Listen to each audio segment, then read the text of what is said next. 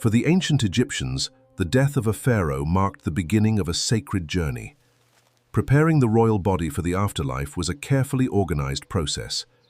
After the pharaoh's death, the royal body was taken to a special place, where skilled embalmers began the long process of preservation. The first stage was purification. The body was carefully washed and cleansed before the embalmers began the preservation process. According to ancient Egyptian mummification practices, the brain was removed through the nose using specialized tools. The procedure was performed carefully by trained embalmers. Most internal organs were removed through a small incision in the abdomen. They were preserved in canopic jars. Then, the body was dried with natron. The liver, lungs, stomach, and intestines were preserved separate the body because Egyptians considered it essential person's eye judgment in the laflide.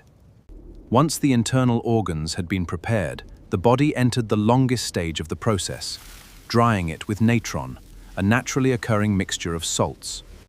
After drying, the embalmers removed the natron, cleansed the body, and applied fragrant oils and resins to protect the skin. The dried body was carefully restored, using linen and natural materials to return it to a more lifelike shape. The final protection began with layers of linen. Protective amulets were placed between the wrappings to guard the deceased. Each arm and leg was wrapped separately, with linen secured by resin, while protective amulets were placed between the layers. Next, the torso was wrapped layer by layer, with resin helping the linen adhere and protect the preserved body. Amulets were placed between the linen layers, each carrying a protective meaning for the pharaoh's journey into the afterlife. Finally, the head and neck were carefully wrapped, completing the protective layers around the pharaoh's preserved body. After many layers of linen, the entire body was completely enclosed, forming a protective covering around the preserved mummy. A ceremonial mask was placed over the wrapped head. It represented the pharaoh's identity and prepared him for the next stage of the funeral. The wrapped mummy was placed inside a decorated coffin. Additional layers of protection were prepared for the pharaoh's burial. While the mummy rested inside its coffins, priests prepared the objects and offerings believed to protect and sustain the pharaoh in the afterlife. When the preparations were complete, the pharaoh's funeral procession began, carrying the royal coffin toward the Nile and the final burial rites. The procession crossed the Nile toward the western bank, where the ancient Egyptians believed the realm of the dead began. After reaching the western bank, the procession continued toward the royal tomb, carrying the pharaoh toward his final resting place. At last, the procession reached the entrance of the royal tomb, where the final rituals would prepare the pharaoh for the afterlife. Before the burial, priests performed the opening of the mouth ceremony, symbolically restoring the pharaoh's ability to breathe, eat, and speak in the afterlife. The coffin was carried into the burial chamber and carefully placed inside the massive stone sarcophagus, prepared for the pharaoh's eternal rest.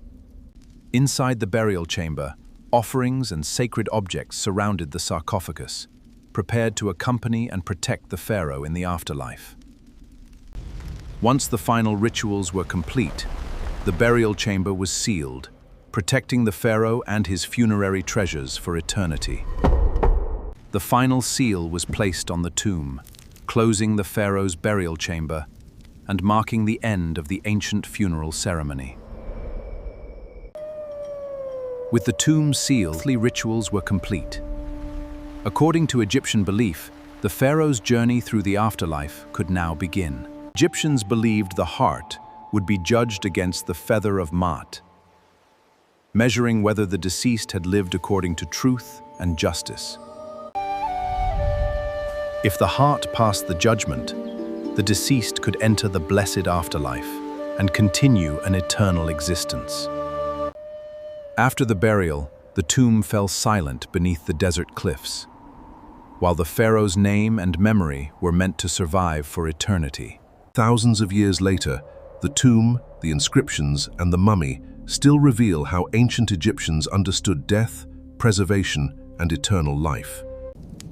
Natron, linen, oils, resins, and protective amulets were among the essential materials used to preserve and prepare the body. For the ancient Egyptians, mummification was more than preservation. It was a sacred preparation for eternal life in the afterlife. From purification to burial, every stage of mummification was carefully performed to protect the pharaoh's body and prepare him for eternal life. The journey from death to burial was complete. For the ancient Egyptians, preserving the body meant preserving the hope of eternal life.